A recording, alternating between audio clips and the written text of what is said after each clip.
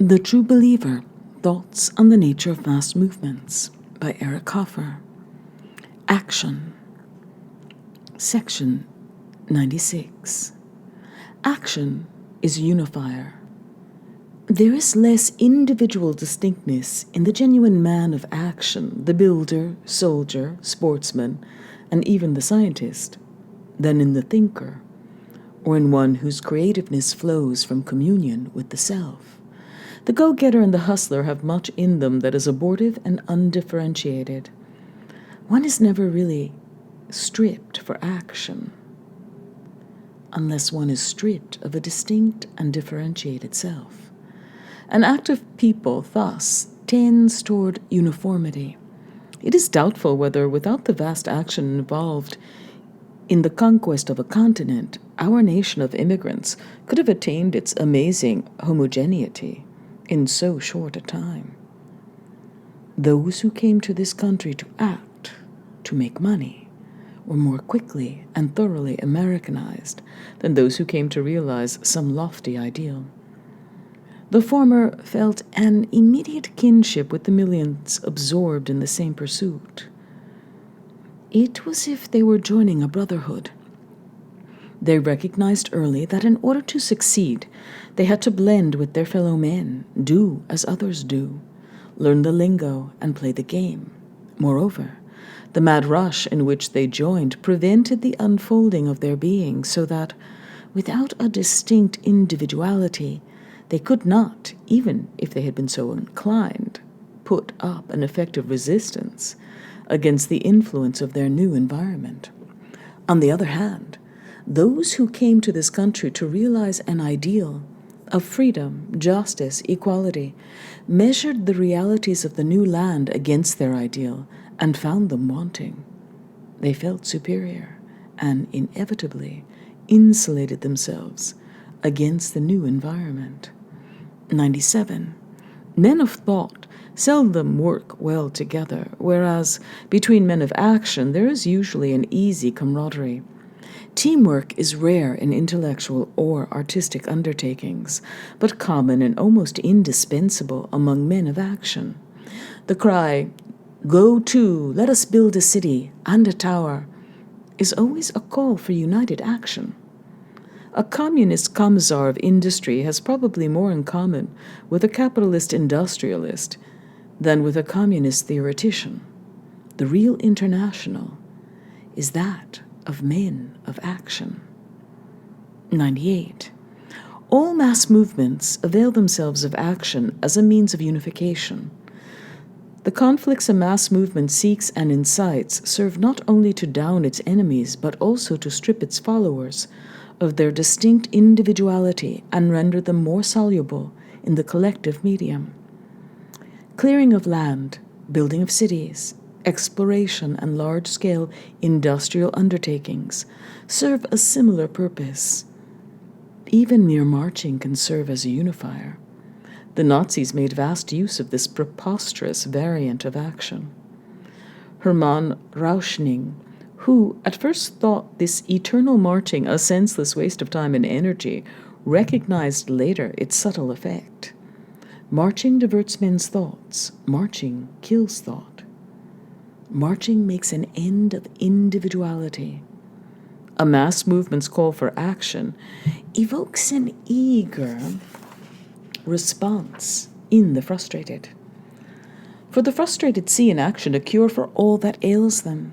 It brings self-forgetting, and it gives them a sense of purpose and worth. Indeed, it seems that frustration stems chiefly from an inability to act, and that the most poignantly frustrated are those whose talents and temperament equip them ideally for a life of action, but are condemned by circumstances to rust away in idleness. How else explain the surprising fact that the Lenins, Trotskys, Mussolinis, and Hitlers, who spent the best part of their lives talking their heads off in cafes and meetings, reveal themselves suddenly as the most able and tireless men of action of their time? 99. Faith organizes and equips man's soul for action, to be in possession of the one and only truth and never doubt one's righteousness. to feel that one is backed by a mysterious power, whether it be God, destiny, or the law of history. To be convinced that one's opponents are the incarnation of evil and must be crushed.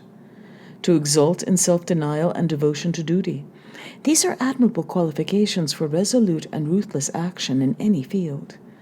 Psalm-singing soldiers, pioneers, businessmen, and even sportsmen have proved themselves formidable. Revolutionary and nationalist enthusiasms have a similar effect. They too can turn spiritless and inert people into fighters and builders. Here then is another reason for the apparent indispensability of a mass movement in the modernization of backward and stagnant countries.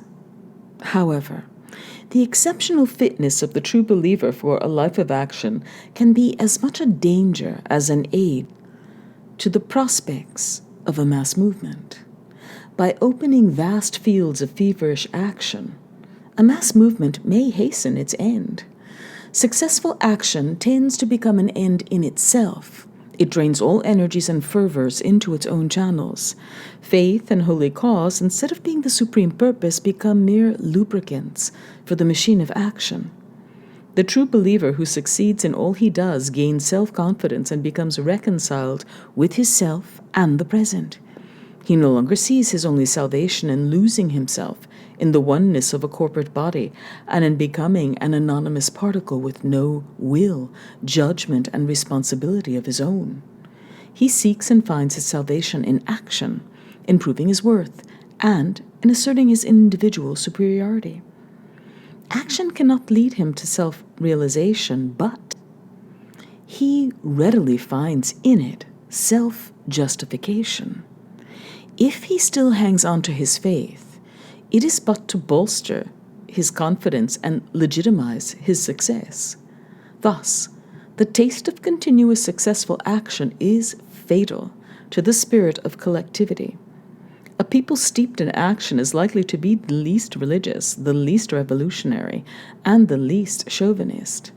The social stability and the political and religious tolerance of the Anglo-Saxon peoples is due in part to the relative abundance among them of the will, skill, and opportunities for action.